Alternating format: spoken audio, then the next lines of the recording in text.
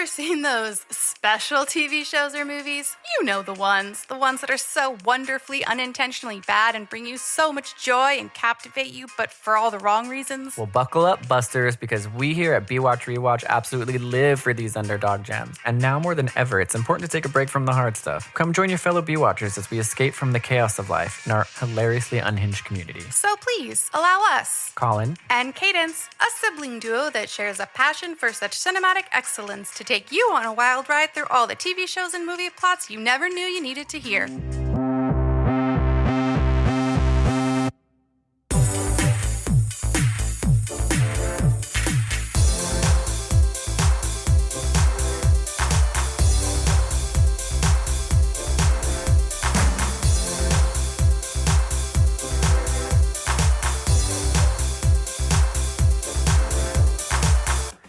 Hello, everybody. It's Colin. Hi, it's Cadence. Welcome. Back at you live. And one of our last episodes we did this season was called Tank Girl. Yeah, and, 2 episodes ago. There were some incredible warriors in there called, what were they called again? I forgot. The Rippers. Rippers. And basically, if you thought you needed more terrifying kangaroo human hybrid creatures in But your also life, somehow non-violent, not non-violent, but no... opposed to weapon kangaroos. yeah, they went a different. These are more like virtuous kangaroos, right? Because And it's like the still- Rippers, remember, they didn't use guns. They didn't believe in guns. No, not at all. And these are warriors that also don't believe in weapons, only in harnessing the elements. Did we miss something growing up? Are kangaroos eternally peaceful creatures? I know.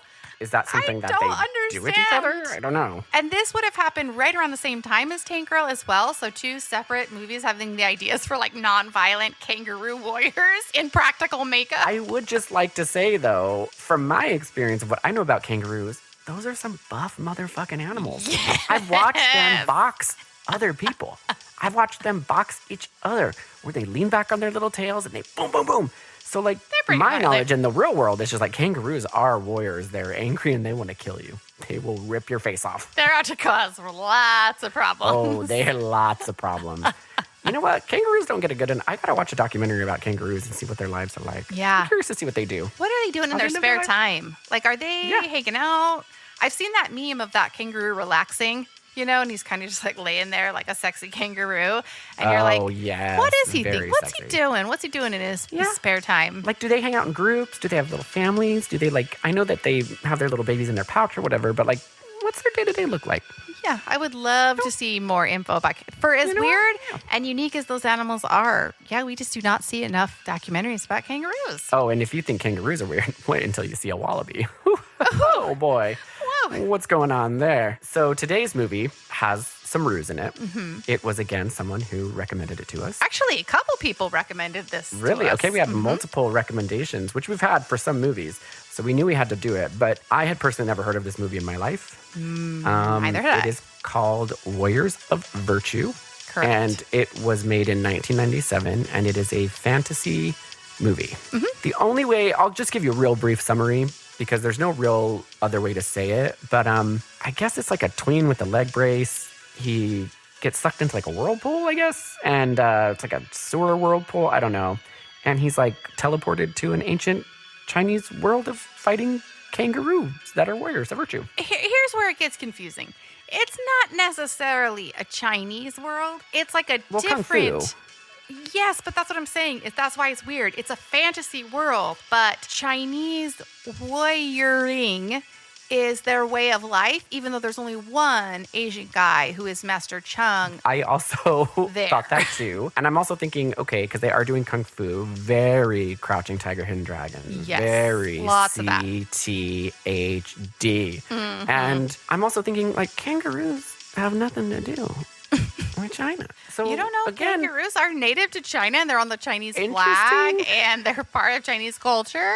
interesting animal to pick to be, and also just the functionality of a kangaroo's body. Very interesting animals to choose to do Kung Fu, is all I'm Agreed. saying. Agreed. Right? They've Yes. got big masculine. You said something Oh, about masculine sorry. muscles last week Sorry, as well. You when got I see a masculine ripped kangaroo, I muscles. get, ooh. Mine. Oh, You're like, boy. no, I don't find kangaroos attractive at all. I don't know what you're talking about. I don't They find don't them. have No, beautiful they're dumb. chests. They don't They're have stupid. beautiful They're pectoral ugly. muscles, and their arms aren't just gorgeous, and they just like have that big kind of like hulking status that they always have. It does not mean anything to me. I was not But- attracted to these warriors of virtue at all. However, I was wildly attracted to the rippers. Ice-T as a kangaroo. Ooh, yes, give it please. to me. Because they're cooler. They have like earrings and stuff. Oh, yeah. So clearly. Yeah. I was saying they have big muscular legs and tiny little T-Rex arms Mm-hmm. and kind of big, lumberous, is that a word? Tails. Mm-hmm. And so when you think about those animals doing kung fu, which they very much do in this movie, you're thinking, how does the physics of that work? Right. Because when I think of kung fu, I think of kicks with extended legs out as far as your leg can go. I don't see a kangaroo being able to extend their legs straight. That's part of the visual for me. Like, When I think of kung fu, I think of back in the day when you used to Charlie's Angel kick me yes, against the wall. obviously. When you think of kung Yes. fu, you think of me pinning you up against the wall with my one leg, reenacting the Cameron Diaz scene from Charlie's Angels. Cadence used to do that all the time, and she was good at it. She was flexible. But man, you know, if you just think about it, you know what scene in Charlie's Angels we're talking about. Cameron Diaz pins someone against the wall and like poof poof kicks them with their Yep, leg. she's like, answer a question. He won't do it. She kicks him both sides, and then she's like, now are you going to answer the question? Now are you going to do it? And she's like and his choking neck him. is pinned with the other foot. Ooh, Yep. love it. So I also come to mind when we think of kung fu, which is Yeah, you're right. understandable. You come to mind more with kung fu than a bunch of kangaroos. Than a bunch of kangaroos. And I don't think, correct me if I'm wrong, and maybe we'll get there, so don't tell the answer now, but I don't think they ever really explain what kangaroos have to do with the kung fu world and why they picked nope. them. No, they did not. They did not. Nope. Nope. I Interesting. guess kangaroos were just all the rage in the mid to late 90s, and it was a fad everyone was jumping on. Get them kangaroos in there. Give me more kangaroo. Yeah. So that was part of the pitch meeting, I guess. I love the kung fu, love the fantasy world, love that this teenager tween has to go through a growth thing. Can you incorporate kangaroos, please? Yes, and give them all very similar names Yes. so that they have They're very hard to tell apart. very hard to tell apart. And also add one extra element into the world. Earth, wind, fire, water, and metal. Just, be a little sneaky. I was also like, No one will catch that. okay, I don't remember metal, remember- but okay. I don't remember on Captain Planet metal being one of the rings. There's that they also used, wood. but- I think you forgot about wood. Is there wood? So instead of like wind, fire, water, and Earth. earth, there's wood, metal, earth, fire. There is not. Yes, There's I have not it written wood. down. There's no Colin, way. there's wood It's because he's wind. wearing wooden armor. You know what? Earth is probably wood, and then metal was just a wild card. So look, lie is the stability of wood and the virtue of order. Stability of wood. Shun is the stability of earth and the virtue of loyalty. Chi is the virtue of wisdom and the power of fire. Yi is the virtue of righteousness and the element of metal. And then Yun is the leader of virtue with the force of water. So yeah, Oh wood and metal. boy. The writers just threw darts at random elements and random virtues. What does righteousness have to do with metal? And what does When they sturdiness threw have? righteousness in there, I was like, righteousness with this metal. feels weird. This feels strange, but okay. Okay. What was the okay. wood one again? He was the virtue of stability? Like, how do you come to that conclusion? How does that even happen? Virtue of order with the stability of wood, and he is meticulous. Meticulous. Yes, I thought of Don't that tell too. Jennifer Lopez. I thought of that She too. will hate it. Okay, so that is. I knew that because I watched it, but also I didn't know. Now that you've read it out, it sounds even more. No, it's a like, lot wow. of, and it's a lot of information all at once. And I think part of it is when they're introducing the characters, they Yeah, are all at once. performing certain acts of like kung fu. So you're already, your brain is like, what the hell is going on? While they're also throwing all this information about like their virtue sign and what their element is and what they're capable of and what their name is. And you're like, this is so much information while I'm visually watching this practical effect kangaroo do kung fu or play a flute or do whatever they're doing. So Skip on water, like I said, CTHD, dude. That's where this movie originated. CTHD was got its inspiration from this movie. Okay, so this was made in 1997. Like I said, it's a fantasy movie. We had never seen it before, and it was a suggestion. And without further ado, let's get into Warriors of Virtue.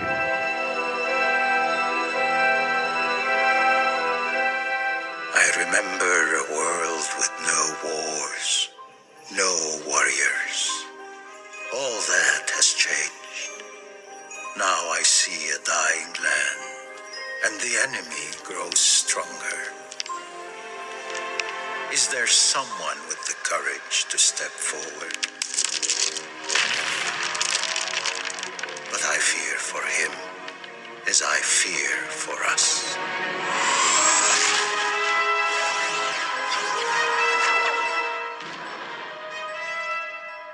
So we start off, middle America, beautiful giant homes, full freaking Home Alone status, just big, giant, beautiful homes because everybody has those. And that mom is working for it. She lets us know she is non-stop working for that home. She's had enough. Yes. She is stressed out. She has had enough. They introduce her character by just fumbling over all the papers she's dropping. Oh, just dropping papers in the driveway, yeah, she doesn't have time. She's carrying stacks of papers in pretty much every scene she's in. Yep. That's how you know she's busy. She's working mom, modern woman, trying to hold it all together. The husband's out of town. She can only do so much. You know what? She's like the Heidi Gardner character on SNL. She's the like, woman in the who's weeds. working, but you never. I'm in the weeds. What am I? What do I do?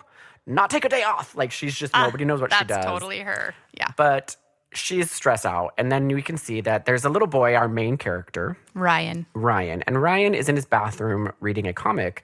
And this is where Cadence and I were a little bit confused because as he's reading this comic book, we start to see a guy in a kitchen, like an industrial kitchen, like cooking, like hibachi style, but not because he's in a kitchen, so he's not performing for anybody, but he is amazing. I mean, these tricks and spins and kung fuing eggs and rice and you shrimp guys. and pots and pans. And I'm like, wow. So in my head, I'm thinking, oh, Ryan, his imagination is coming to life. Oh, I was like, this is a comic book about a guy who kung fu's in a kitchen, and he's imagining it. Oh, for sure. Which is what I want to see. Give me that I do movie want to for see sure. Kung Fu Kitchen Master. But then all of a sudden we see Ryan, that scene with him in the bathroom is over. Now he's actually in the restaurant, sitting on a staircase watching this guy. And you guys, this guy, like Cadence said, he is kicking plates. He's kicking celery into the pan. He cracks eggs with his teeth, but then just like launches the yolk into a wok, which I personally was like, wow. Wowza. Whew, wowza. He like slaps a fish into like some flour and then takes care of that bad boy in a pan. You're like, oh, wow. But he even cleans. He kung fu cleans. Oh, even the dishes. Yeah, he turns the water on. He gets a rag and he's spinning it around his wok. And I'm like, wow, this guy, he's amazing. I, for one, realized that it was real when he's scooping out some rice and he goes, Ryan. And in the way back of the kitchen from the staircase, Ryan holds out a bowl and catches the rice. And I'm like, oh, okay, so he's really in this kitchen and this guy's really doing kung fu in this kitchen. And we are with a real person. Oh, you know how awful it would be to work with that guy. Ooh. A nightmare. You'd have to be like, corner. Jesus. Oh, God. He's doing the kicks again. Oh, boy. Shit flying all over, dead fish flying into the pan. Because this is, when we say industrial kitchen, there's got to be 50 freaking people in this kitchen, guys. There's a ton of chefs in this kitchen, and they're all wearing chef hats, all of them. Yeah, which one is chef? I don't know. At this point, that'd be chaos. It's just absolute chaos. So we also don't really know anything about this guy, and I don't really think we find out much about him anyway. At this moment, we don't, because we just see know him that they're there. just friends. Yeah, yes. eating that rice, that kung fu rice.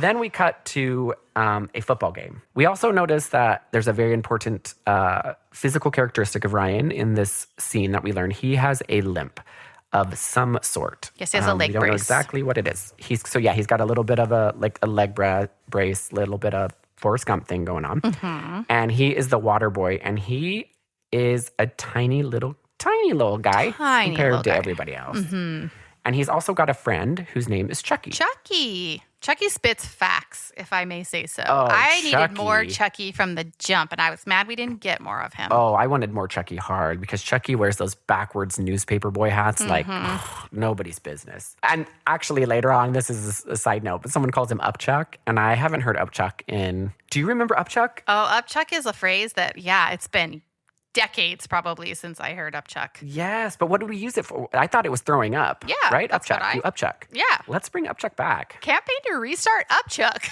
You going to Upchuck? Anytime anybody gets really sick, you going to Upchuck? Oh, I want to do it so bad. Let's start it. Let's do it again. Let's revive it. Ryan is the water boy with his friend Upchuck. We will only refer to him as Upchuck from now on. He's obviously like the loser. Like he's just the water boy. Like fucking he needs water. I was like, this seems like a terrible job. And then on top of that, the star of the football team is named Brad, and he's a dick. Oh, a dick. capital D-I-C-K. So during their little timeout, Ryan's delivering water, but he also is like, hey, if you run this very specific play. He's delivering mad plays, dude. He's delivering plays mad out the plays. wazoo. He's got plays for days.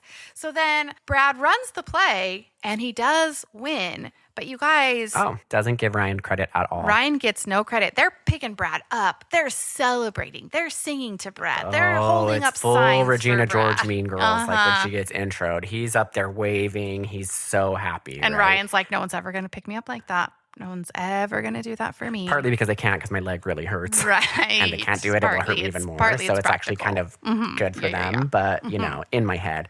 And so Upchuck's like, dude, don't worry about it. You'll get your day. They're going home after the big game that Ryan did not play, but won. And all of a sudden, the army of the Brads, we'll just call them the Brad group, they come on their bikes, full 90s, stop them, right? And this is what I thought was really funny because poor Ryan, sweet baby boy, these guys have been bullies to them. They make it very clear. Upchuck is like, these guys are the fucking worst. I think he calls them evil at one point. Oh, he does after this meeting. But Chuck is like, he's the one who's ready to like throw down for Ryan. He loves Ryan. He's loyal to Ryan. Oh, Kevin Costner bodyguard for Ryan. So as Brad is riding by with his crew, he's like, Hey, Brad, Ryan called you winning play. Aren't you going to thank him? And Brad turns around on his bike like a fucking mauler, dude. oh. Did you notice that? Brad's going 60 miles per hour on his little 10-speeder. Yep. And he, like, it was the sickest. I was like, Brad, okay. Football player, fucking baller bike rider, too. Okay, Brad.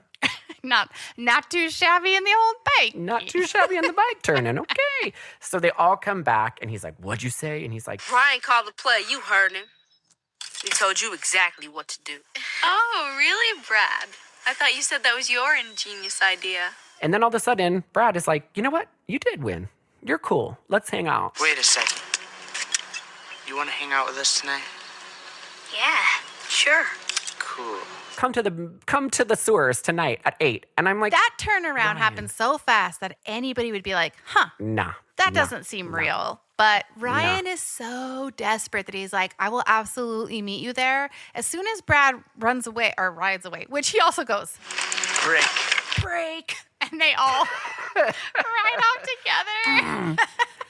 You know, if there's a Brad, that he's going to lead that group and he's going to scream break. Oh, you that know it. is Brad's signature move is break. So they all ride off. And then Ryan's like, he invited me to meet him tonight. That sounds cool, right? And Upchuck's like, Hey, you got a death wish, man? I mean, the guy's evil, right?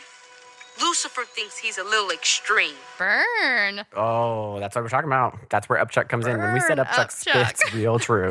But I'm also thinking like Brad tells him to meet him and his gang, like literally at like a warehouse, like a sewer warehouse, like a water facility plant, which in itself is also very weird. But Ryan, he's so entranced by Brad asking him to go that he's like, there's nothing special about this at all. No. This guy's been evil and mean to me my whole life, doesn't give me credit for anything. But now he loves me. But now he's had a change of heart and I'm going to go. And Upchuck is like, you're crazy. And Ryan's like, does that mean you're not coming? And Upchuck's like, no, I will absolutely I'm be for there. Sure coming. I've got your I'm back just telling forever and you, always. I'll I die will for do you, anything but for I don't you. think it's a good idea.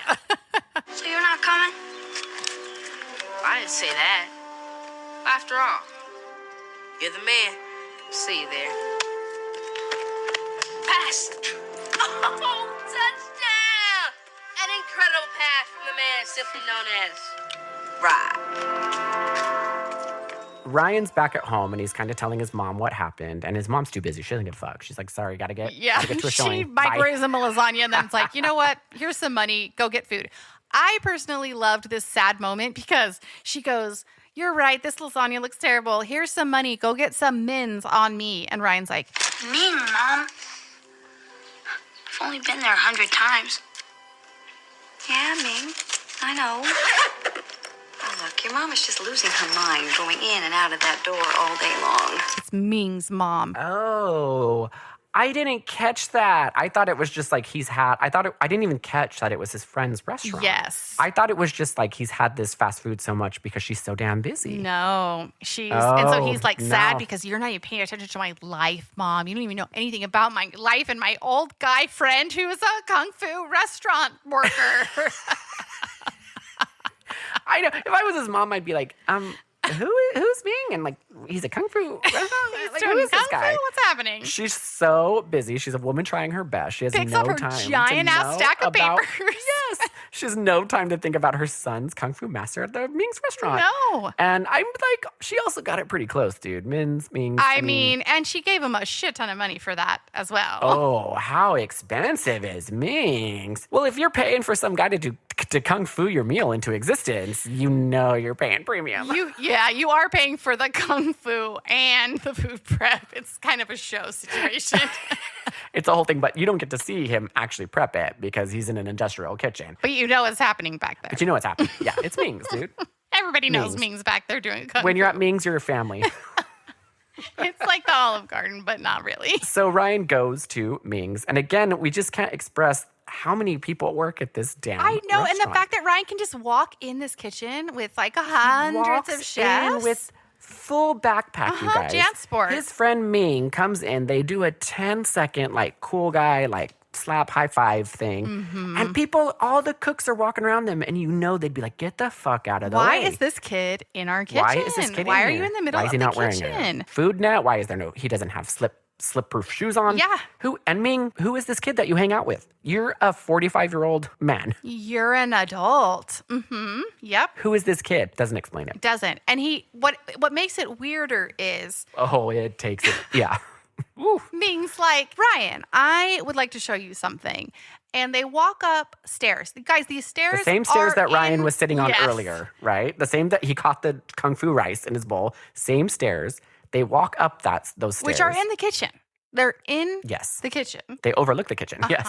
He walks up the stairs. At the top of those stairs is Ming's apartment, you guys. Well, we call it an apartment. It's kind of a bed. It's kind with of a lamp. studio. It does have a bathroom because at one point he is in the bathroom. But it has a big giant window Sick. and it's overlooking the kitchen. It's overlooking the kitchen. It's not even out looking outside. Could you imagine Ming having to go take a bathroom break? In his upstairs apartment, he drops a fucking deuce and the whole kitchen smells it. Oh no. They're like, Ming. I hope there's Ming. a whole separate circulation system for that studio There's apartment. not. There's not, because that's not meant to be a studio apartment. You know that's like some kind of facility because it's an industrial kitchen. Right. It wasn't meant to be a residence. Why do you live above an industrial kitchen? Is Ming the actual chef? Because like we said earlier, everybody's wearing a chef hat. You have no idea who is the head a very chef. Where's Waldo? You have no idea. Exactly, right? At one point, Ming is the first time that Ryan's at the kitchen, he's kung fuing and an old Asian guy comes out and starts yelling at everybody to get back to work. And so I was like, oh yeah, Ming is just an employee here and that's the boss. But then when he goes back and Ming takes him to the apartment, I'm like, I guess Ming owns this place. But then who was the old guy yelling at everybody to get back to work? Ming is just, maybe it's like a communal space upstairs. I Maybe like it's that. everybody's loft. But it is decorated in fully Ming's aesthetic and everything. He's like, you guys can likes, take because- turns staying here, but I'm going to decorate it, obviously. Yeah, but I'm like, okay, Ming, a couple things. Work-life balance, bud. Get yeah. a freaking studio away from possibly your restaurant. But I'm also thinking, like, it never explains how they know each other. It No, never you get explains no why they're background. here, nothing. Nothing. I guess it leads us to believe that they're just old friends. And then I'm kind of thinking, I want to know how this friendship started. How did it start? This guy literally lives at work. How did he have time to even meet a 12-year-old boy? And what's that his he becomes interest best friends in with? befriending a 12-year-old child? That's no relation to you. And he's also feeding him. Why did his mom give him money if Ming is always giving him free fried rice, dude? Lots of questions. Lots of questions off the bat. It's like he takes him up there and then he goes, I want to show you this book. And then he's like, come sit down on my bed next to me while I show you this book. And I'm like, you guys, this boundary is bizarre. Like, It what was the 90s. It was a different are you time. doing? This person is a random restaurant worker who you are now sharing a bed with upstairs in his apartment. Your mom does not know where you are. She's too busy. But we will say one thing. Ming is a very nice guy. Yes. He's very nice. He obviously cares for Ryan deeply. And he's like, Ryan, this is a book. It's called The Tao. And it's got all kinds of good advice in it. And Ryan's like, that's great. And he's like, you know what? I want you to freaking have it. You freaking take it. You freaking take this. And Ryan's like, yeah, I will take this book. I want to know about it. I love it. I really, really super care. But I'm also wondering what is in this giant jar that you have on your desk, Ming. Right. And Ming's like, oh, dude. Let me tell you. When I was really young. Sit back. Relax. Sit Let back me tell down. you a Don't tale. worry about this book I gave you. But 100 years ago, when I was but a wee lad doing kung fu in a different kitchen, I found a cocoon on the ground, which freaking caterpillars don't make cocoons on the ground. Maybe it fell out of the tree. Let's give Ming the benefit of the doubt. Let's give Ming the benefit of the doubt. And he's like, I picked up this cocoon. I fucking ripped it open. I helped that butterfly get out in the air, bitch. But then as soon as the butterfly went up, it flopped. he died. Right back down to the ground. Right back down. Plummeted And he died. to his little death. Because I wasn't supposed to do it yet. I wasn't supposed to crap go up in that cocoon. No. Because it turns out that whatever struggles you go through, they make you stronger. They make you ready to fly and live your life. And that little tiny butterfly did not have the struggle it needed to get out of the cocoon. Oh, yeah, Ming? Tell that to the butterfly you killed. Tell that to the butterfly you killed, right? He's like, unfortunately, the butterfly was the sacrifice that I needed to learn this lesson. But now I have this cocoon immortalized in this jar so that I can always remember that lesson. I mean, that is really good, but also it'd be really weird to keep a cocoon that you fucking tore open when you were 10 and killed a butterfly, and then you just keep it in a jar in your freaking apartment above your restaurant that you may or may not own. Kind of sad. Kind of sad. Just to remind yourself of the same lesson. You know what? You can just tell yourself that lesson. Just write it on a piece of paper. Don't need to keep the cocoon. You know what? Just be like, remember that time that you tried to save that butterfly? Oh, did I ever tell you? Or do you remember the time that I tried to save that baby bird? You Did I ever did? tell you that? Yeah. Well, I know I froze a baby bird, but it was dead. Yeah. So when we lived at that house in New Mexico, we had that like covered parking area. And there was a little nest up there in one of the beams. So one day I was walking out with a friend and we saw this little tiny bird, and it was baby bird. Like it was baby bird. And I was like, it's still alive. I think we can save it. And so there's that myth that like if you touch a baby bird, your scent gets on it or something, and then the mom doesn't want it back. I think with a specific type of bird, that is true, but not all birds. Yeah, and I think everybody thought that for a really long time, and so I thought it at the time, and I know that's not true now. So I like scooped it very gently with like a newspaper and created like a funnel. You know, like I put the baby bird in the funnel so that I could hold it up to the net, because the nest was really tall, and so I needed to reach up with both arms. And I was holding the funnel like this, and I was tapping on the bottom of it so that it would slide down the chute. Bird. You killed that baby bird. Colin, I'm gently tapping. So it's going to go down the chute, and in my mind, it's going to land in the nest gently, and the mama bird's going to be so happy. Colin, I tapped it so hard on accident. It flopped off the side. It came out of the chute, flopped over the side of it, and fell back onto the cement. And you killed it. It screamed on the way down. You know it did. It was like it was a little bird chirping. Like, I did not ask for this. My mom was going to come pick me up, put me back in the nest. Stupid young bitch came, funneled me into a nest. I thought I was saving it. I was so gently tapping the little paper chute like, oh, this mama bird's going to be so fucking happy. I'm saving its little baby. I mean, the baby was probably barely alive as it was because it was a fall. But You I know was that like, I'm a baby was hero. just- I'm Robert Irwin. They don't have any feathers. So you know it was just kind of slipping, slowly rubbing down the side of the funnel. And you know its mind was like, oh, this is not how I want. And then it just died. And then it was over really quick. So, I mean, in my defense, it was fast. But I thought I was so proud of myself. I was like, this is a brilliant idea. I'm going to save this bird without Katie, touching I think that's it. the same baby bird that you killed that I took and made into ice cream. Maybe it was. Maybe it was. It's very possible that it was. That you It were like, oh, well, if probably it's already was. dead, then because if it fell on the ground, then it would have been there and you would have been like, okay, I'll just scoop it right up. dead. Because I remember I was really into cryogenics for a while and I wanted to freeze things You and and bring it back to Ryan? life. You and Ryan? Didn't know how cryogenics worked, but I thought you could just freeze any dead thing, no matter how dead it was, and bring And it it would back come to life. back? I like that idea, Frankenstein style. So anyway, I was just thinking, like, if that traumatized me, so imagine if I would have kept that little bird. You're basically like me. I mummified this bird, and it reminds me You took its that nest and all its brothers and sisters, and now every day you just tell people. this is just for a lesson that I learned. So anyway, he sends Ryan with the book, and Ryan's like, listen, my mom gives me tons of self-help books. She's a girl boss. She knows everything. I've read tons of self-help. I don't need this. I know the 7 habits of highly effective people.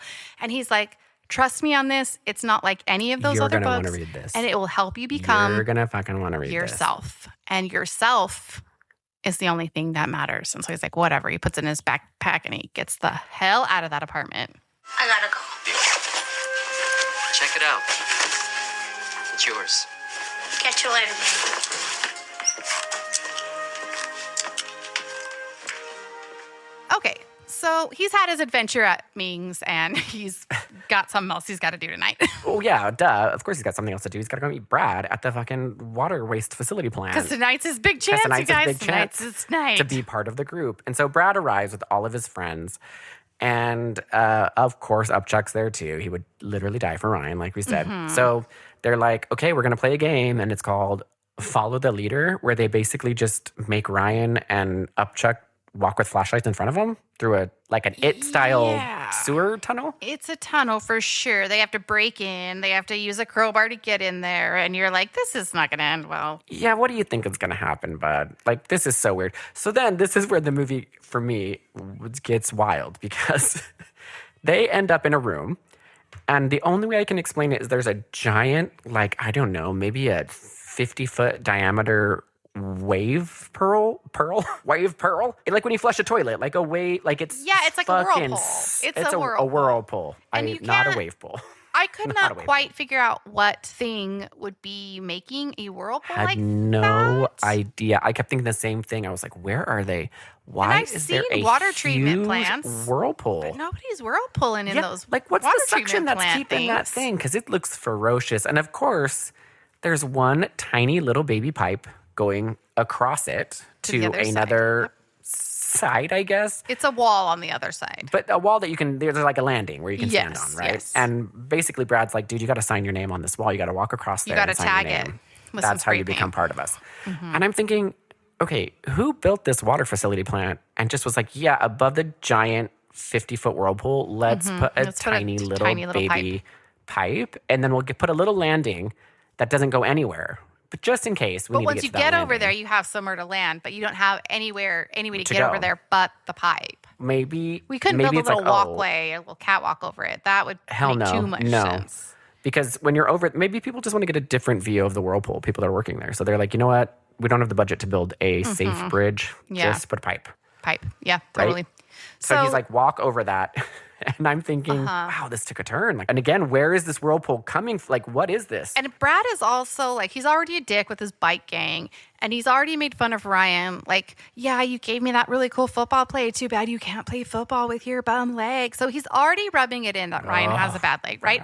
So the idea of Ryan being able to walk across this teeny tiny pipe safely with his bum leg and his leg brace is on. not good, and he knows Recipe that. for disaster. And so he's just Call being Ming. Call Ming and get a recipe for disaster. You know what? We have a recipe, and it's for disaster. Yeah, it is. Yeah, Call it me. is. Do it. So Brad's on the other side. He's like, fine, I'll go first. I'll show you. My legs work. I don't have a leg brace. I'll go. I play football. So he walks across. He's doing high kicks across that thing. He's Canning basically across like that. full gymnast balance beam status. And all the cool kids that are with him are like, Brad, you cannot make Ryan do this. You said you weren't going to make him do Yeah, this. they have Don't a little make bit of a fun conscience, him. right? They're like, They you can't do. let this kid with the leg But brace go over Brad's, this. his beast is unleashed. He does not care at this point. He has no conscience. He's like, Yeah. come on, His eyes do have it. gone full shark. Yeah. Do it. Yeah. Come across. And so then what they did not show you before from the view of the top of the whirlpool is that there's this other giant ass pipe coming out of the wall. It's huge. And Brad's like, here's the catch. You got to get across the pipe before this giant pipe starts spewing water, because you just never know when that's going to happen. Ryan takes the challenge. He's scooching across that pipe slowly. Brad's and screaming at Pause him. though. Do you think that Upchuck is having any of this? No. No. Upchuck is like, let me lay down on this pipe you walk across me. Yes. I will claw my way to the end while I will be sit human on bridge. me like a Cleopatra queen that you are. But Ryan's like, nah, Upchuck, gotta prove myself to this gang for no reason. Gotta do this. Which is why in these movies do they want to prove themselves to the people who are... This is in every 80s movie. They did this in The Lost Boys. They did this. Like, they do this all the time. What's with the initiations? If people are dicks to you, why do you want to be part of their group? Yeah, and why? And then if you want to be part of the group, why do you have to have an initiation? Yeah, it does not Could make any that? sense. Have we ever? I've never had an initiation. I've never had to do anything. I've never had people that have wanted me in their group, but if I did and they had an initiation, I know. I'm like, I don't think I've ever had any group that's been like, hey, you want to join? You got to go through initiation. So maybe if I was, more well liked or cooler. Oh, you want to be in theater? You gotta do some crazy theater shit. Just kidding. I would never be in theater. Just kidding. I would never ever do theater. Sorry about that. I would never make that. I would never debase myself in theater. Brad is for some reason getting angrier and angrier. He's like screaming at him. He's like, You're moving like a baby. Why don't you just get down and crawl? Come on. do it. Well, now you're coming across, but you're not coming across fast enough. Like, it is so intense. But anyway, at that moment, turns out that pipe was unpredictable. Billion tons of water. That giant Billion pipe tons of water. does kind of go on its own schedule, and it is just spewing forth gallons and gallons. Ryan had no choice, guys. R.I.P. Ryan. He's getting sucked down that whirlpool. And we as watchers, we just see him get fucking plowed by water. It breaks the pipe. It literally bends breaks. the pipe. Brad didn't say that it's the force of this water could crush bones. Yes. But we see Ryan get fucking decimated by this water, and we're like, oh, so Ryan's dead. So They killed him. that movie is over. It's not about Movie's Ryan over. after all. Yep. It's Ryan's something dead. about entirely. Because the screen is like, it kind of fades away, and you're like, all right, that's the end. But you guys, there's a surprise because Ryan's not dead. And he wakes up in a magical forest land. Magical.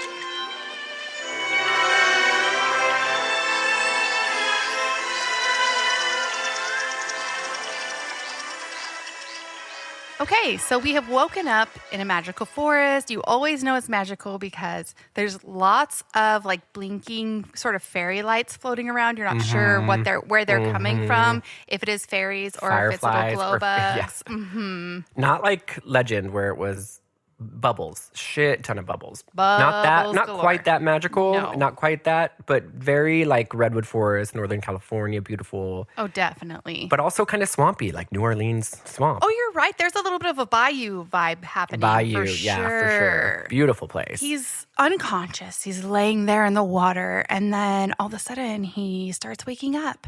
And you guys, he gets attacked Instantly. by a freaking little gnome. As soon as he wakes up, I'm like, is he alive? Is he dead? What's going on? Because he, like, from what we saw, he got sucked down to. I'm curious to see how this plays out at the end because you watch him get sucked down a giant industrial whirlpool of water. That is also a really big question that I have. But yes, somehow Hopefully we he find has out. been transported from this whirlpool to this place. Oh, you know what? The most important thing to mention is he does, before the attack happens, he has one brief moment of bliss where he realizes that his leg works. And he's so happy. He's faking touchdown runs. He's playing football by himself. He's dancing. That's He's true. moonwalking. That's true. He's celebrating that his leg works. So he's having the time of his life. And then he gets attacked by a gnome. But he doesn't think twice. You know Ryan would be like, I'm dead. I'm dead. I'm dead. This is heaven. This is heaven. I died. Well, first he gets attacked by a gnome. Then he gets attacked by like full on like warrior, like samurai warriors that are just Yes. coming to get him. But you guys, something wards them off. We don't know what it is. We see a little brief, like maybe a little tail, maybe a little brown spot. But you're like, whoa, okay, something is chasing off these warriors. And we see the knights are hitting trees. The knights Oh, are flying through the yeah. air. So whatever it is powerful Oh, because these these knights are flying. They are flying through the sky. But there is one little guy that does get him, and his name is Mudlap. Yep. And Mudlap is a little person, and he chokes the shit out of Ryan. You He's guys, pissed. he's trying to murder him. He's trying to murder Ryan choking him. right away. I was dying. And I'm like, okay, is he with these samurais? Is he someone separate? Because I'm like, all these people after Ryan right off the bat, dude. Let him wake up. Let him explore his legs a little bit. A little bit. Get a little bit of life out of those guys. It kind of feels like the Warriors would have had to have seen him celebrating that his legs work. And then waited just to be dicks. Yeah, you feel like you'd have to, because it's kind of like, it's not a fair fight. Okay, let him have this. Let him have this. Let him. It's Okay, like- his leg works. He gets to experience it. Get him. Fucking kill him. Let's go. But Mudlap is choking him to death. And you're like, oh, this little guy's going to get Ryan. Ride it when you think it's over. Get off me! You're not getting away, newcomer. Let go! No such luck! Let go, punk! Pinned. Boom. Knife. Yeah, someone chucks a knife and pins the gnome to a tree. And you guys, this beautiful girl comes out of the forest. Oh, gorge. Her name is Alessia. And you guys, this is Wendy Peppercorn from the fucking Sandlot, who's lotioning and oiling and oiling and lotioning from the lifeguard tower. What? Do you not watch the Sandlot regularly? I know what it is, but I do not remember Sandy Colin, Peppercorn. I love the Sandlot. It's one of my favorite movies. I just remember that kid, the freckly kid. Yeah, so Squints is the guy with the big black glasses, and he's kind of like this little nerd, and he fakes drowning because they're all in love with Wendy Peppercorn, who's the lifeguard. Yeah. And he It's fakes like drowning so that yeah. she'll save him and give him mouth And then to he mouth. winks like when he wakes up. Yes. Such a little player. I love it. Yes. So that's her. I was so happy to see her in this. I was like, I'm girl. happy to see her too. She got a speaking role this time. She's not just making out with kids on screen. She's not just making out with little boys. Yeah, so she comes out and they keep calling Ryan newcomer. And you can tell, like, they have not seen a newcomer in a really, really long time. The little gnome, you find out. What? Oh, I was just going to say, you find out the little gnome is working with Alicia. That he wasn't part of, like, whatever was attacking him to begin with. Yeah, but she also kind of leaves him to die because she pins him to the tree after he chokes Ryan, which is really weird. True. He's working for her, but she does not care about him at all. She does not give a shit about this little guy. Because she does. She walks away and he's like, don't leave me here. And they do. And I'm like, he's never going to get down. There's no way he's going to get down. How could he? How could he possibly get down? There's no way. He'd have to, like, sort of, like, wiggle and wiggle till the knife, like, tore through his clothes. Even and then, he was free, but pinned it up there. would be I was thinking, he's going to rot up there. There's going to be a little person skeleton hanging from that tree. Dangling from that tree for a very long time. But Alicia does save Ryan. Yeah, and she's like, You're really a newcomer? I just fell in the water. I slipped, and then those things, they came out and they tried to kill me. Those were Komodo's men. We're not safe here. Come on. so you learn right away there's a bad guy Right named away. Komodo. Right away that those soldiers flying through the air are Komodo's men and that they're constantly trying to attack. Komodo. I know. Good for him because they were on point. They know who's coming and going. To attack him so quickly after arriving, like they must have eyes and ears everywhere. Yeah, because they don't live in the forest. They live somewhere else. No, unless they're just constantly patrolling for newcomers dropping from the it's sky. possible because Komodo does have eyes and ears everywhere. He quite is thorough. a master. But in this little boat ride with Alicia, Ryan's like, fuck, my backpack, it's gone. All right, so Intermission. This is right before the magic starts. The magic's already started. I mean, more magic you kung starts. fu a bunch of rice into a pot in a restaurant. You're right. It's That's the already real magic of this started. movie is him catching that rice in the bowl. I know, but the first half, we're about the halfway point because, like Kaden said, the real magic begins. But to get up to that point was just a lot of mumbo jumbo, except for Yang. Or Ming, just like freaking Ryan's mother, you can't even fucking remember. Thanks a lot, Mom. Well, if I said It's Yang Ming. first and then We I only said talked Ming about it after, for half I an would sound hour. really, but I really thought it was Yang, okay? I'm sorry. But maybe the Yang is the man we're about to meet in the forest. It's not. That's Chung, Oh. but good try. You know what? Edit this out. I knew it was You four and letters, Ryan's and I knew mom it can kind go of had a little bit of a... yourself at work because we don't need you here if you can't remember names. Bye. Ooh, don't even ask me to remember the Warriors of Virtue's actual names. Oh, I wrote them down, but I lost total track the whole time. Oh, and then they start talking about Fu and the energy and all the names. So basically right now, all that's happened is Ryan's got sucked into a giant water portal. He's kind of bullied. And he's best friends with a middle-aged guy who lives over a kitchen at an Asian restaurant. Yep, and his name is Ming. Totally And, normal. Totally normal stuff. But we wanted to give a little shout out. We just found one really good quote that might have been in real life. We have a username, Hippodrom Press. Good job. Ooh, good name. But they wrote, with great power comes great hornt. A quote by Miss Serena, probably. And you know what? I totally agree with you. I think I We agree replied to that it was 100%. scripture.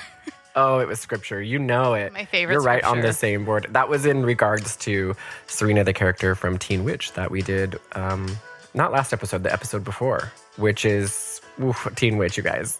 Go listen to that episode. It was so funny.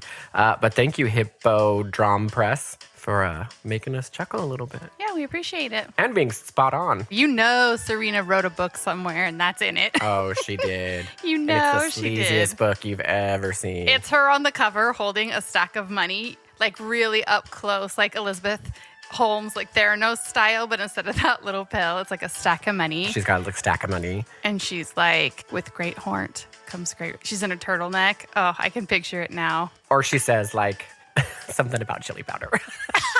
I couldn't think off the top of my head, but something has to do with I chili see powder where or you were paprika. going with that. I see what the vision was. All right, let's get back to Warriors of Virtue. So Alicia's taken him away. They leave little guy to hang and die in the tree.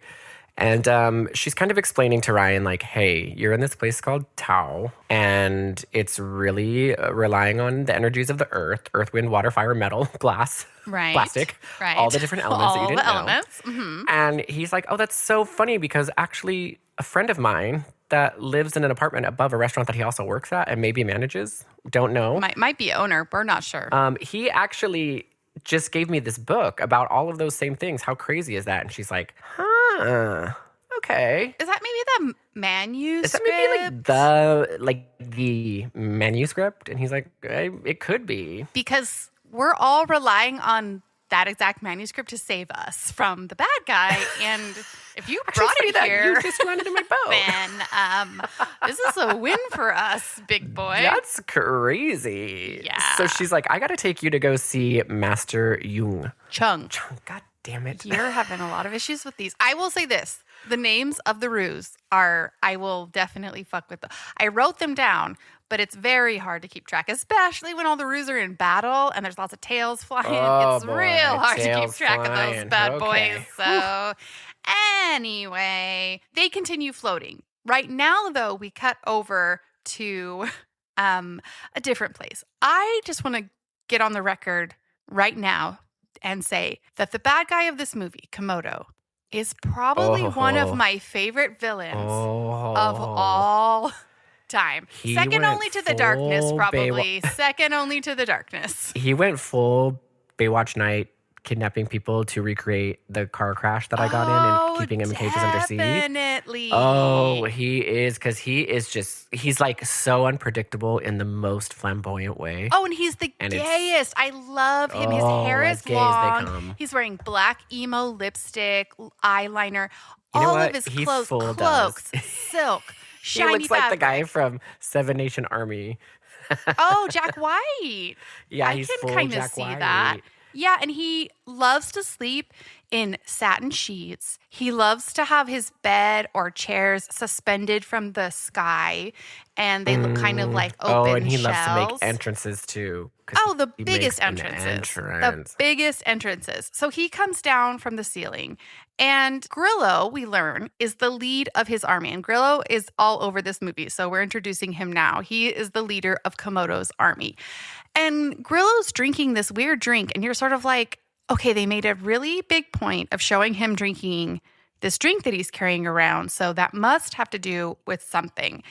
And he comes into the kingdom. Komodo's like, I smell fear. Fear of what? My lord, please. Look, I brought you this. It's from a boy. He's a newcomer. Newcomer? The soldier's like, I found this backpack though. Like, isn't that pretty cool? And then Komodo gives this like very intense speech about how there's no such thing as death. There is nothing to fear because nothing dies. Listen. Life is but a dream flowing into another dream.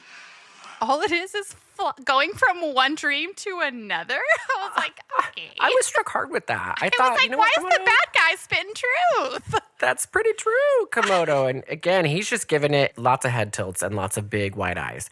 The guy's like, take this, take it from me. He's like, okay, thank you, sweetheart. He's doing that real. I love real this sweet jam sport. baby. Thank you so Yours- much. You did a yours- great I job. did you build this? This is great. And then as soon as he takes the backpack, fucking lever under the floor that opens up. And I'm thinking to myself, okay, where does this place go? Like, Oh, that lever and that hole is deep. That hole yeah. is deep. We find out later how deep that darn hole is. Yeah. If you're the guy kneeling, presenting this to Komodo while he's floating his truck, don't stand on that circle. Like, just obvious. You know exactly that circle opens. You've been with him for a very Yes, long you have time. been with him Stand for on the so ridge, long. sort of kind of walk around it, skirt around the edges, and be like, here, take this just a back. little crab walk over. Oh, no. And Komodo's just floating around in his chair trying to get you in that hole. And Komodo's just like, what's the purpose of power if you're not going to abuse it? Yeah. Again, truth. After giving this beautiful speech about how, like life is a dream, and when you die, you just go into another dream, and there's nothing to be afraid of. Don't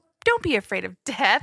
Then all of a sudden, he's just like, power must be abused. He's all over the place, but he looks fantastic while he's doing it. Fantastic. Absolutely fantastic.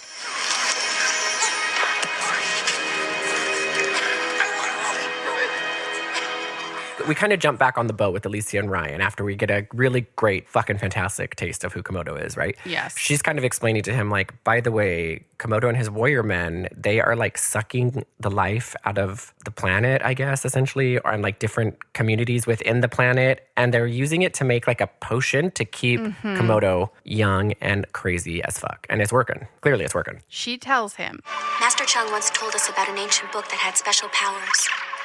He said if there was ever a return to Tao, it could change everything. Who's Master Chung? He's our leader. When he came to Tao, he taught ways of peace and harmony. But it didn't last.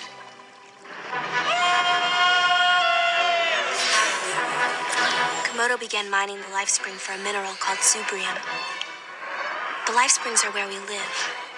They radiate energy to all of Tao. Without Zubrium, they die out. Komodo uses the Zubrium to keep himself young and strong. That's why he's so desperate for it. Now, only one life spring remains.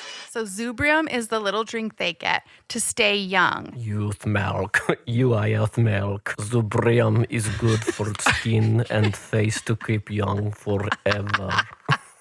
That is why I brought up the drink that Grillo has, because guess what? That Zubrium is being passed around. Oh, yes. Okay, so everybody's high on the Zubs all the All time. the time and looking fresh-faced, looking well-rested, looking great. You have really no idea of like how Komodo came into power or like anything like that. But you know what? We don't really even know. Oh, this is very much a Dragora type of situation. Oh, where yeah. you kind of want to know the civil war that ensued in order for Dragora to take power. I want to know exactly. And I want to know, did he overtake this castle? Did it have the escape floor already built in? Oh, did he build build that whole thing? Does Elysium make you, or Delirium or whatever, does it make you Zubrium? Zubrium? Does it make you stronger? Does it make you smarter? Or does it just make you younger? And then how does it make you more powerful? And does it give you like everlasting life, or do you just look really young until you die? Oh, yeah. Because then it's not worth taking all the life force to get your Zubrium drink. It never works. But if you're wondering, like, where do they get Zubrium from? Every little magical forest has like a zit-like thing with like a little pus ball at the top. And you just pop that little guy off and, And then you just stick a suck it hose out. to it. Uh-huh. And you get that's how you get it. Pretty, Yep. you know. Pretty I think simple. Pretty Mother simple. Earth should have done a little bit better job of hiding it. But you know what? neither here nor there. She continues just to explain really quick that, like, now they have these warriors that are protecting them, and there's 5 of them, and they know Kung Fu. They're the Roos. ROOZ. Oh, they are the Roos. The Roos, as in Kangaroos. Okay. As in the Kanga. So they are guarding this whole little village. She's going to take him to the master, and that is Master. What's his name? I always forget. It's Master Chung. And then as they sail, because it's like this weird little village in the forest where all these people are. Here's the weird thing, though. There is magical. a water buffalo, human water buffalo, and a human rhinoceros. And they're the only 2 animals besides the Roos that are anthropomorphized. And I don't understand where they come from or if they're... You don't need to. Don't need to. We stepped into Tao, and this is what it is. Who would you reproduce with? Are you bound to a life of celibacy and loneliness because you are a water buffalo humanoid? And no, because that water buffalo has mad attitude. He's ruling that village. He seems really more like Town Mayor to me. I mean, if he's not, he's definitely wanting to be. And he's getting the votes because he is like, boom, boom, boom. Who is this newcomer? What is he doing here? Where'd you find him?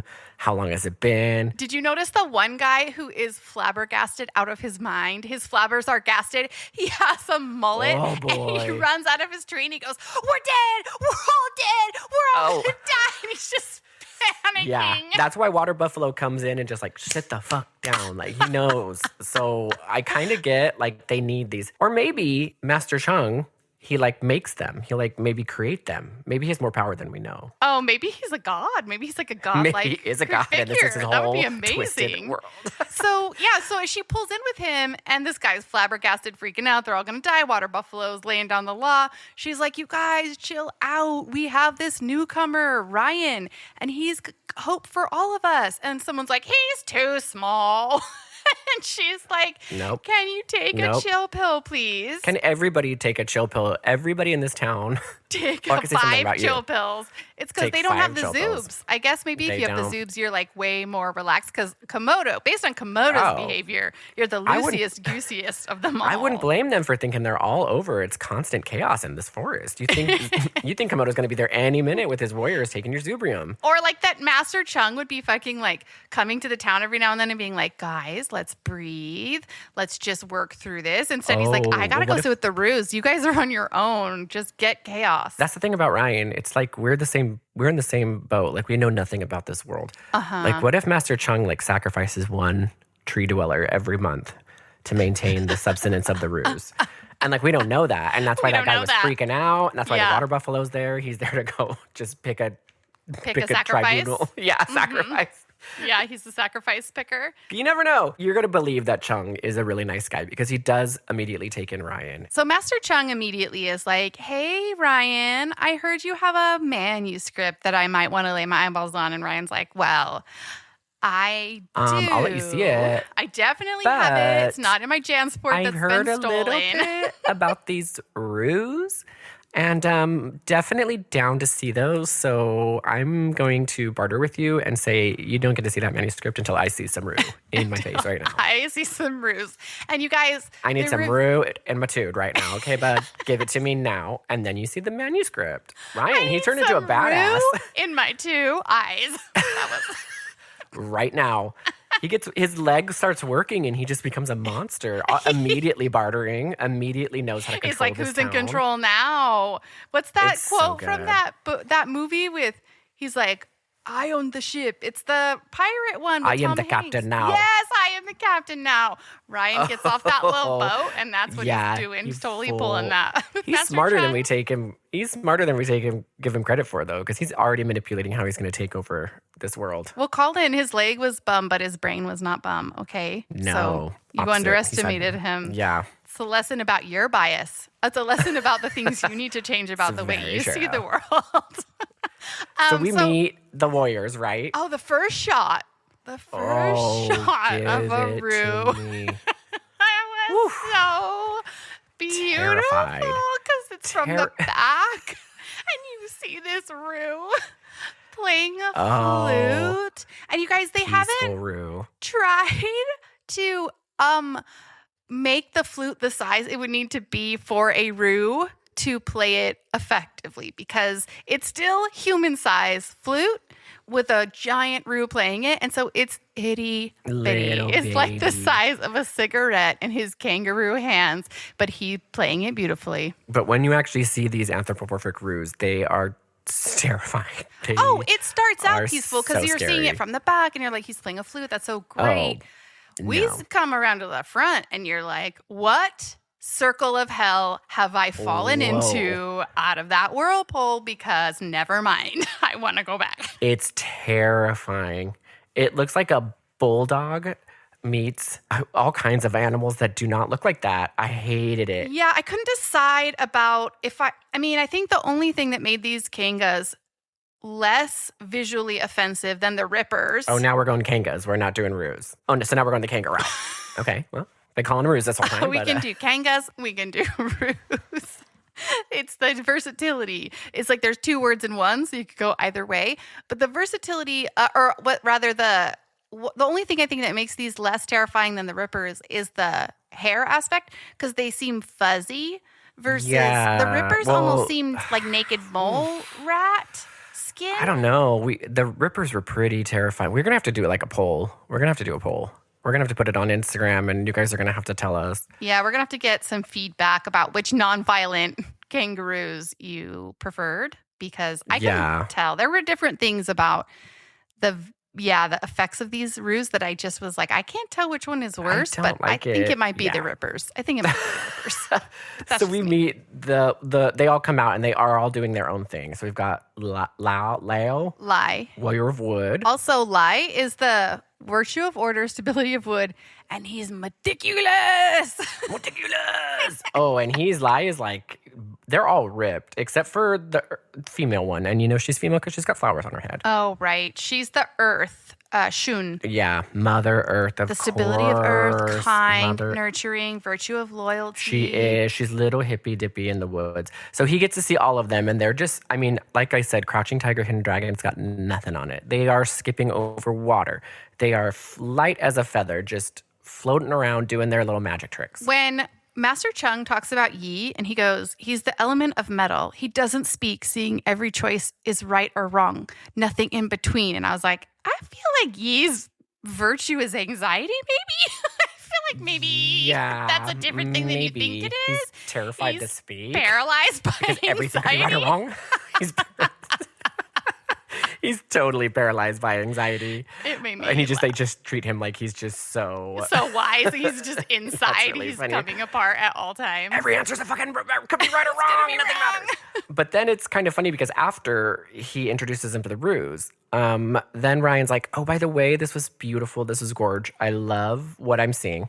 Told you I had the manuscript. I did lie to you because it actually got stolen out of my Jansport. And so I have it in my heart and my soul, but not physically, sorry. But he feels hopeful because he's learned that there's one more Roo that is not part of, he is spiritually part of this group, but he's not physically at the moment part of the group. His name is Yoon. Yoon, Warrior of the Water. He was their leader, virtue of water, or virtue of benevolence, force of water, but he's lost his will to fight, okay? So he has gone off on his own to live a life of solace because even though they have vowed not to kill, he did accidentally kill someone. It was an accident, you guys. It was an accident. He's struggling. Accidents happen. So then Alicia's like, well, if you got saved from Komodo's men out in the woods, it was probably Yoon because you came out of the water and he's like the virtue of water. Oh, and remember I said that you saw little flashes of brown, you saw a little tail, you saw a little...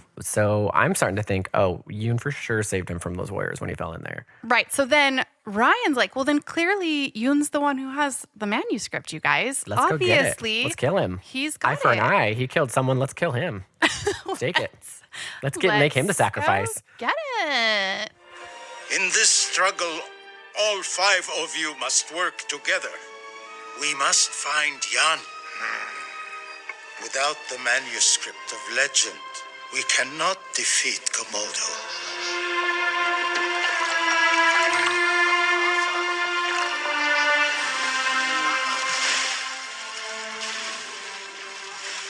All right, so after the... Sorry. Go ahead. ahead. You do it. Go.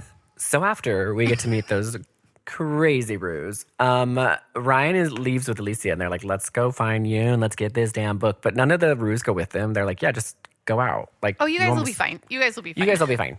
Newcomer, obviously, Komodo like found you as soon as you landed, and whatever. They're probably tired Go from finding you the first time, so they're probably just resting. They're probably tired from all those tricks they did to impress him, because when he introed each one by one, and he's like, lie, this is water, and they flipped and turned. Yes, and you're right. It's time to wind down for a little bit. Yeah.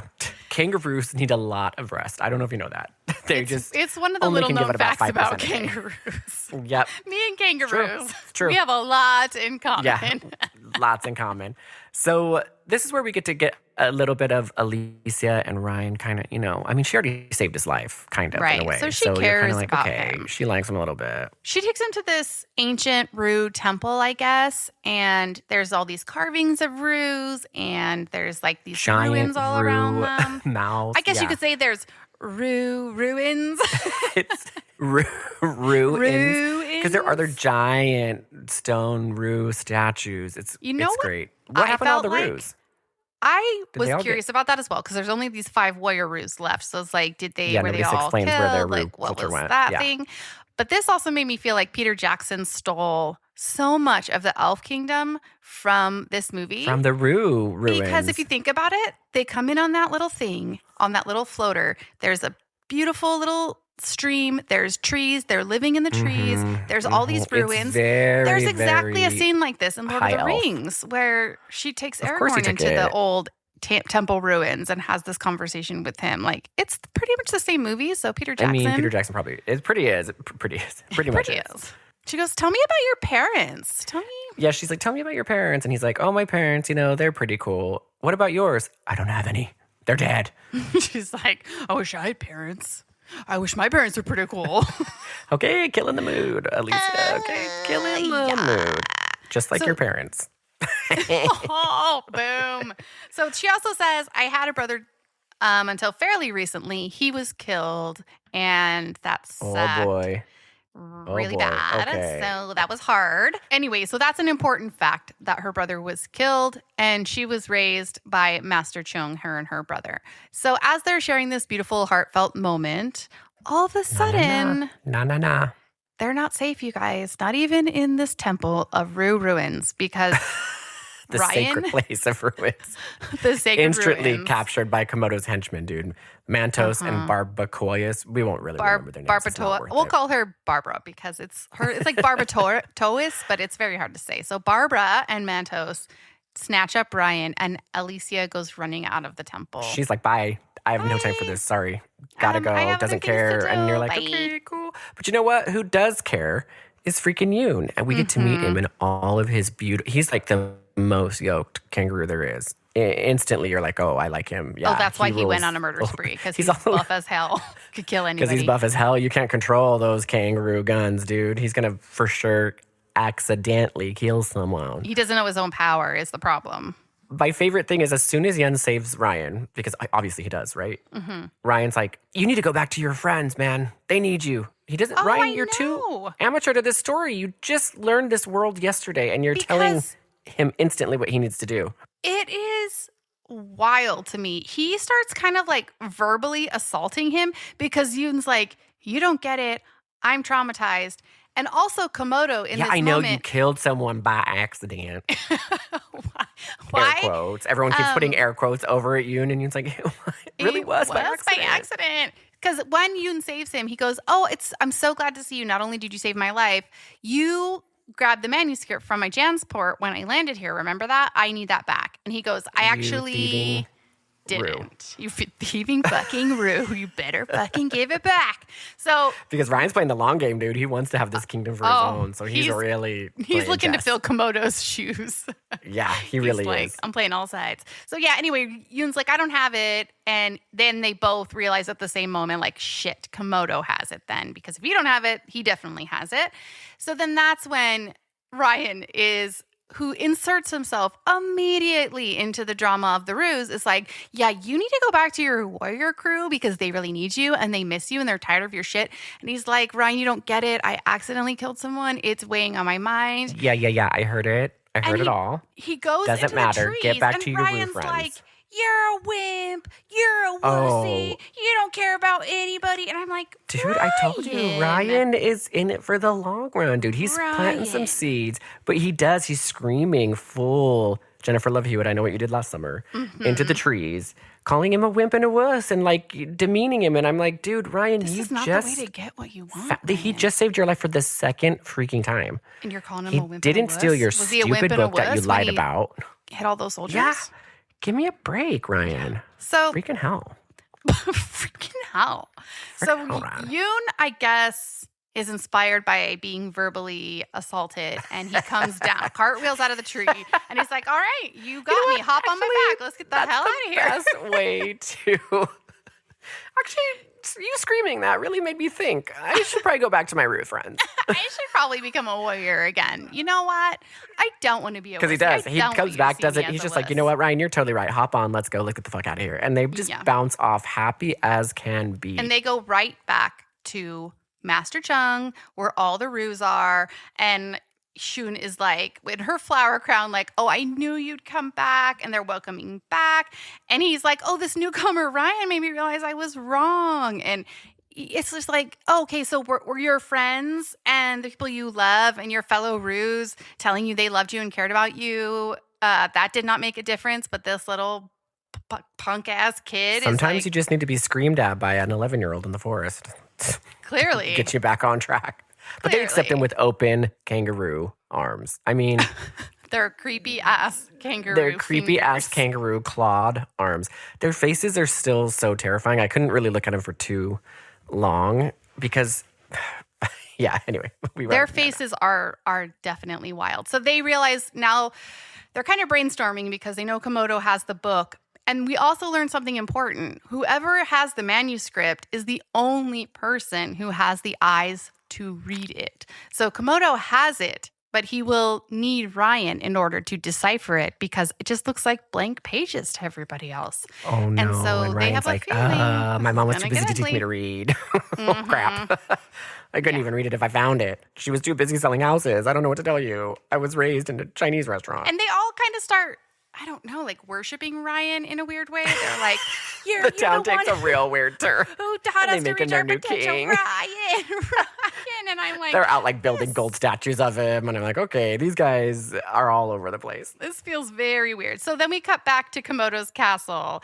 And I don't know, there's just this brief moment, but I wrote about it because it was so weird to me. There's like a female monkey, like Planet of the Apes type of woman just singing a song. And you never see her again. You don't see her before. You never see her after. You Komodo, dude. Someone He sat is through a hours of wild makeup dude. for this one. And you can't even really hear her song. It's not even like a prominent song. Nope. She's just kind of mumbling in the background. But maybe, you know what? We will say, for as dumb as this movie is, the costume, like, they must have put a lot of money into the budget because it is pretty, like, it's pretty robust, if you will.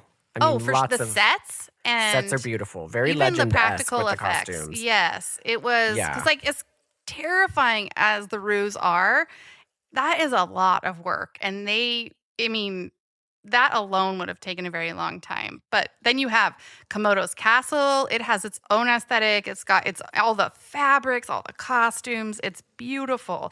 So Komodo is relaxing on his very fancy bed in his beautiful silky garments. With his monkey woman singing behind him. Yes, with his personal entertainment. And General Grillo is starting to stress because he's like, hey, I have some bad news. Yoon is back with the warriors. And Komodo just keeps going, don't think thoughts. They're just anxious. And he's like, yeah, but I think that maybe. And he's like, what did I tell you?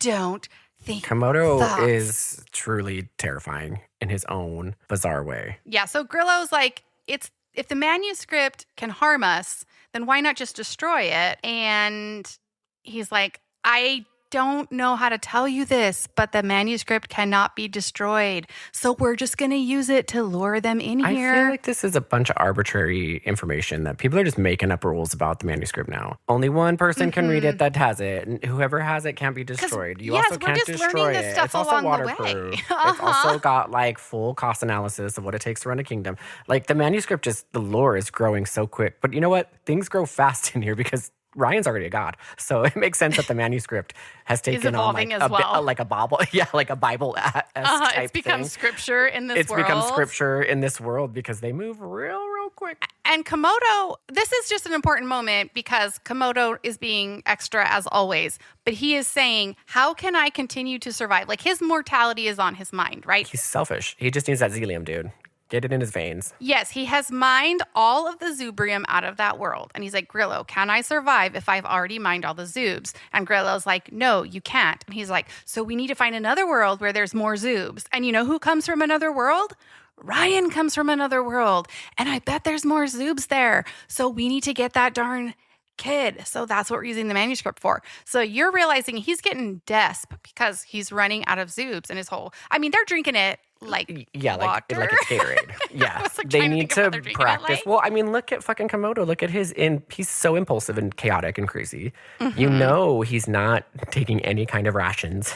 He's not saving it. He's going full blown every time. So they are abusing the Zubs. Like, it's and what did these clear. warriors get? What is Komodo giving to these guys that like keeps them on his side? Like he is purely selfish, just wanting to keep himself young. Yes. And he's drinking all the Zubrium he can get. And like, what do these guys get from this? They all look old as fuck. They look old, stressed out. They're anxious. They're obviously they telling are him run their into problems. the ground. They are so stressed out. So I'm curious what Komodo's giving to them to like make them want to stay. And also, Is it just fear? Like, they're just scared of him, I guess? I mean, he is one of those very scary, like, you know, that it's that whole, you know, uncertainty of what the next word or The behavior devil we action's know. gonna be.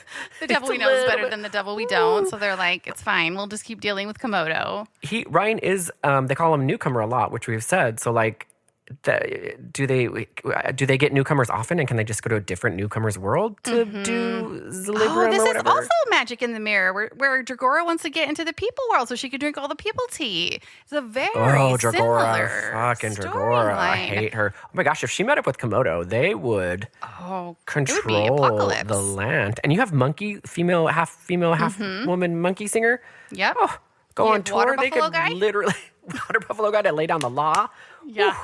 Chaos. So the one really important thing that happens at the end of the scene, and this is when I say this is important, you guys, I mean, this is one of the most important things that happens in this movie. So listen up. Because guess who pops out looking good as fuck in chiffon? That would be Alicia. Oh, she's working for Komodo. And I love it in movies because if you're on the bad side, you just are a little bit sexier. Oh, as soon as you're on the All bad of side, a you're the sudden- sexiest. You guys, she was in braids, kind of like a full body kind of Oh, chiffon. white, covered dress. head to toe, Yes, very head to modest, toe, turtleneck, yes. Victorian sleeping tunic, right? And then she gets over to Komodo and she's got a slinky red number on, deep swoop Sleeve neck, happening. no sleeves. Her hair's is up. Mhm. Oh, and up usually means business, as we've learned yes, from as we've most learned. movies. Hair down, I'm sweet Casual and I'm self. good. And if your hair's up, I'm evil, I'm sexy, I'm ready for business. I am absolutely ready to get some shit done. So at first she's crying and you're like, oh no, she's captured. But then Komodo's like, Medication time. did you want some of the Zub? And he holds it up and she starts, she is jonesing for the Zubs, you guys. She's grabbing for it. like He's playing rabies like status. tag with it, whatever, you Yeah. know, like keep away. That's what I meant. Keep away. And Tag. I know, I was like, that's not the right game. And she takes a big swig of it. So she's like, don't worry about this. I've got Ryan under my spell. I told him about my dead parents in the Rue Temple and the Rue Ruins. And just trust me, it's not going to be a problem. The newcomer has taken a liking to you. Yes. You care for him. He has fallen under my spell. Wicked spell it is, Alicia. What are you afraid of? What are you afraid of? Not you. That's my girl.